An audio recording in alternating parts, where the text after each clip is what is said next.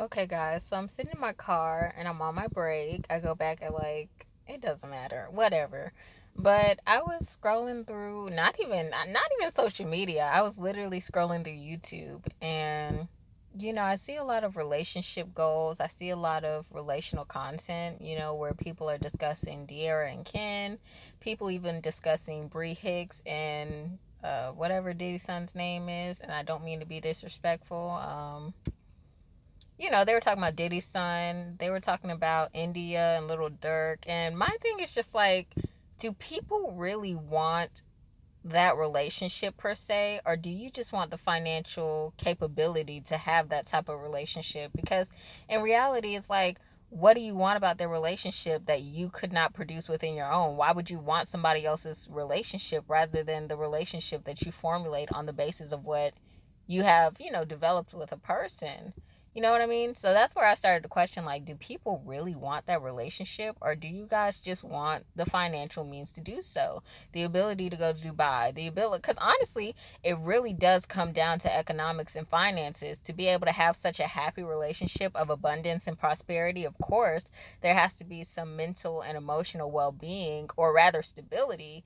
But moreover, the reason why they're in a relationship that is so highly publicized, for one, you can monetize off of that, even if they're not people of monetary value per se, like they don't value capitalism, or they don't place a high value on materialism. They still recognize that there is a benefit of it all. I was even talking to a really good friend of mine.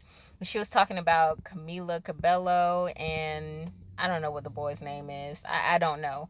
But she was talking about how essentially within their relationship, they pretend as if they're not in a relationship, although people know that they are in a relationship, or rather speculate that they are.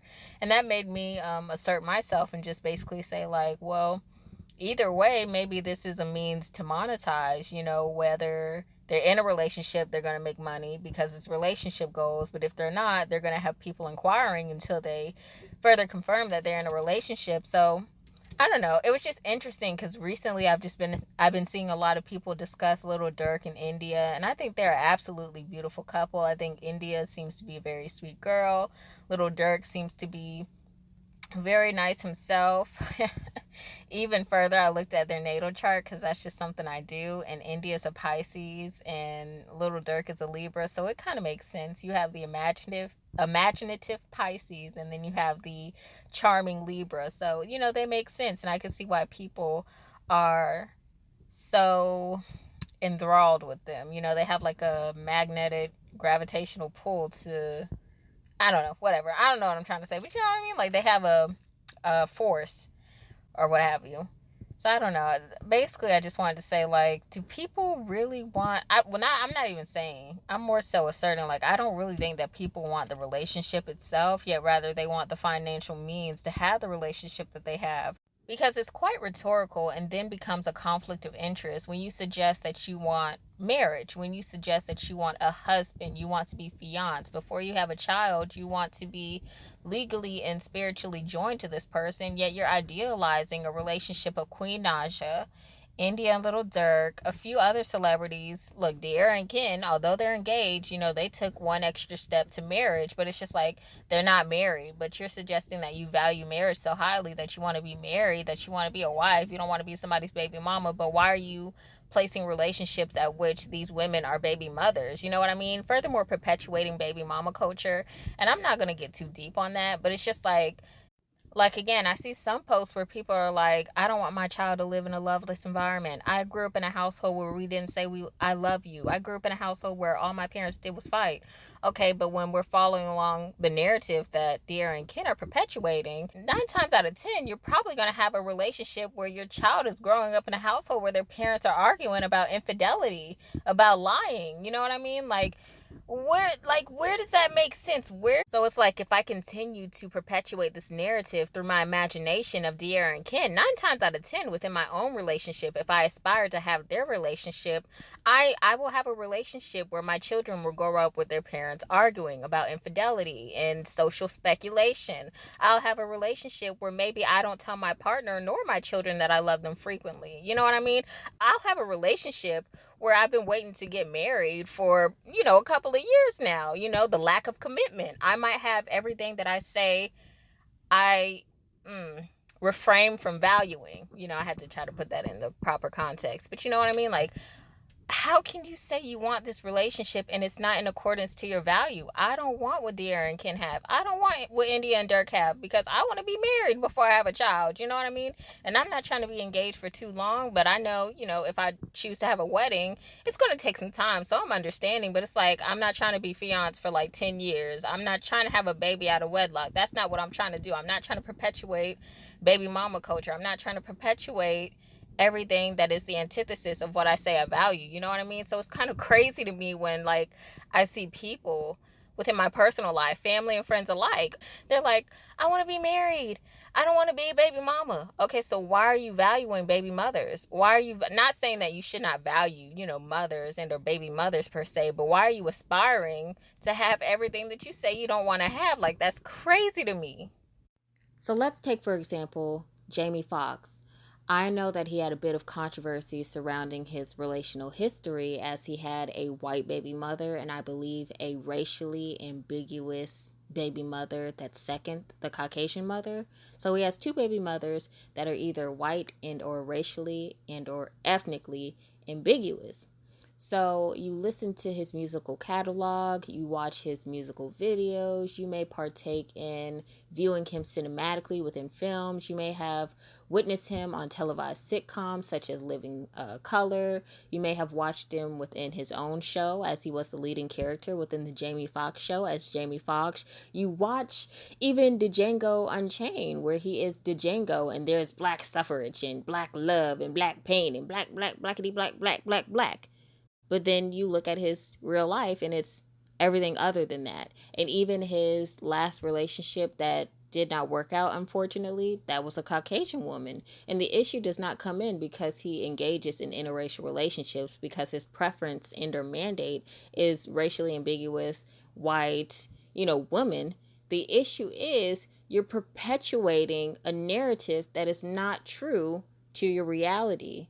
There's a constant devaluing of a set of values that are often affirmed within your music, that is often suggested sonically when you listen to his musical catalog, even when you watch his live performances, his engagements with Serena Williams during some athleisure awards. You see him singing to and or with Fantasia.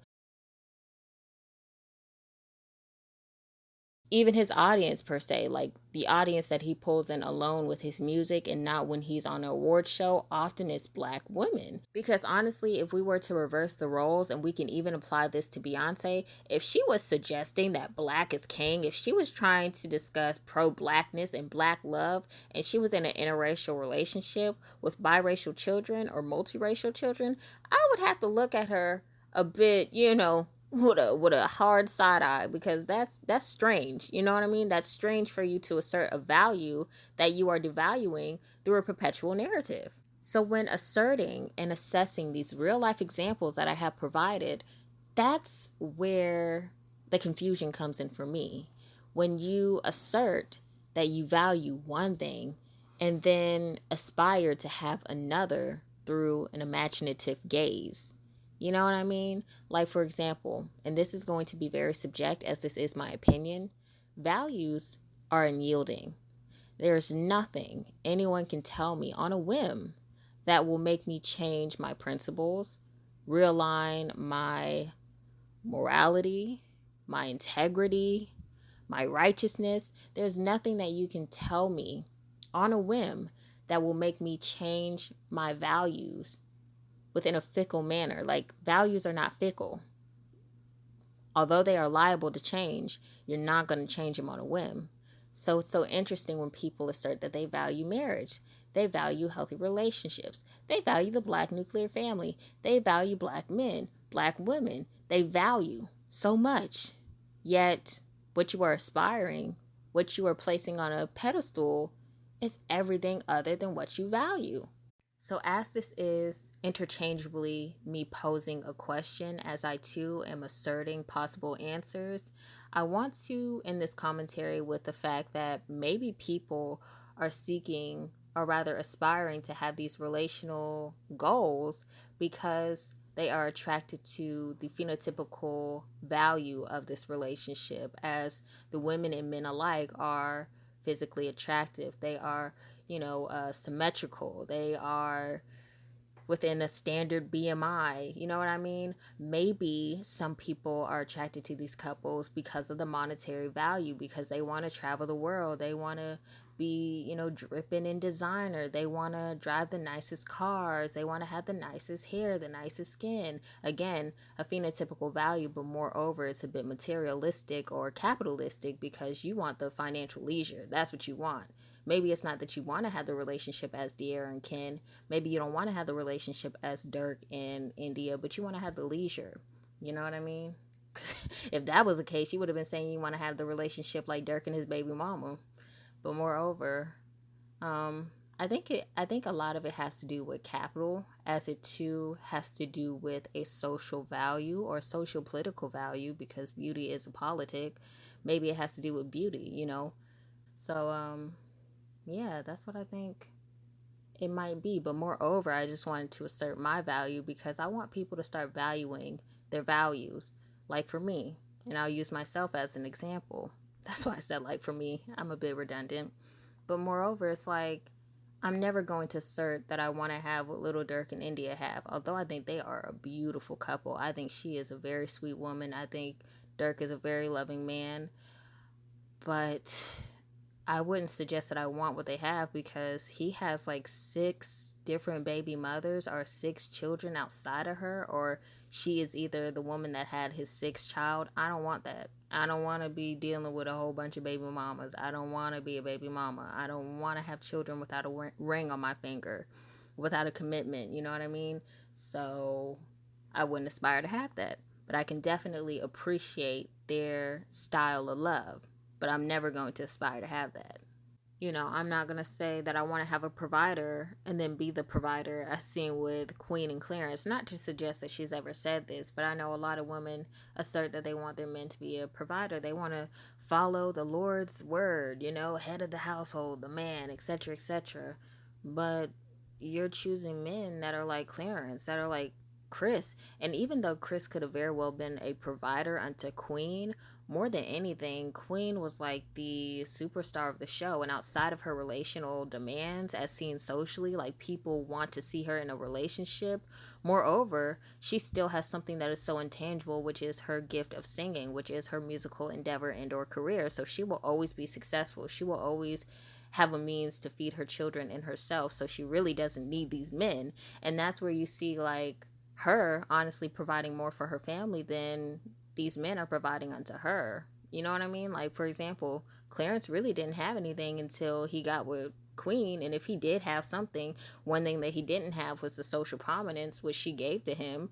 So, it's like, I wouldn't aspire to have that. I don't want to have that. You know what I mean? I'm not trying to say that I want a man to be, socially out there. Like, no, I like my people seldom, because that's kind of how I am in my little corner. But, like, I'm not going to say I want a provider and I'm providing for my man, basically.